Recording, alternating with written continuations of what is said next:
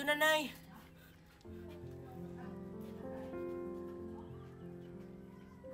Buti nandito ka na, anak. Kala ko hindi mo na ako maaabutan. Hindi ko naman po kayo pababayaan, Inay. Gagawin ko po ang lahat para sa inyo. O, Miki, ito na yung pagkain. Alam kong gutom na gutom ka na. Oo, ate, gutom na ako. Kanina pa, thank you. Nay, okay na ba yung pakiramdam nyo? Oo, gumaan na.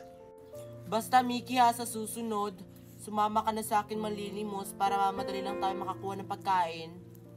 Oo, ate, sasama na ako sa susunod. Asan ba yung magnanakaw na yun? Ang bilis naman tumakbo. Nakakainis. Mami, ang tagal naman ni Yaya. Nakuha niya ba yung bag? Hindi ko alam, anak, kung nakuha na ba ni Yaya yung bag. Sana walang nangyaring masama sa kanya. Asan na ba si Yaya? Ma'am, hindi ko po nakuha yung bag sa magnanakaw. Sabi na nga eh. Ano? Hindi mo nakuha yung bag ko dun sa magnanakaw na yon? Diyos ko, Yaya! Alam mo namang nandun lahat ng mamahalin kong mga alahas? Ma'am, pasensya na talaga.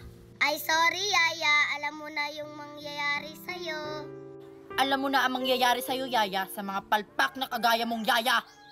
Ma'am, wag mo po akong sisantihin. Wala ka na magagawa pa, Yaya. You're fired! Ma'am, wag niyo po akong tanggalin. I-report na lang natin sa pulis yung nangyari. Mami, huwag kang maniwala sa kanya. Sige, bibigyan kita ng chance. Total, tumagal ka naman sa akin bilang isang Yaya. Magdadalawang taon ka naman dito sa pagtatrabaho sa bahay ko. Talaga po, ma'am. Maraming salamat po. Mami! Hayaan mo na, anak. Total, magaling naman siya sa pagtatrabaho. Basta i-report mo sa pulis, ha? Yung nangyari. Tara na, muwi na tayo. Tulog lang kayo dyan, mga anak, ha? Pasensya na kayo, mga anak, ha?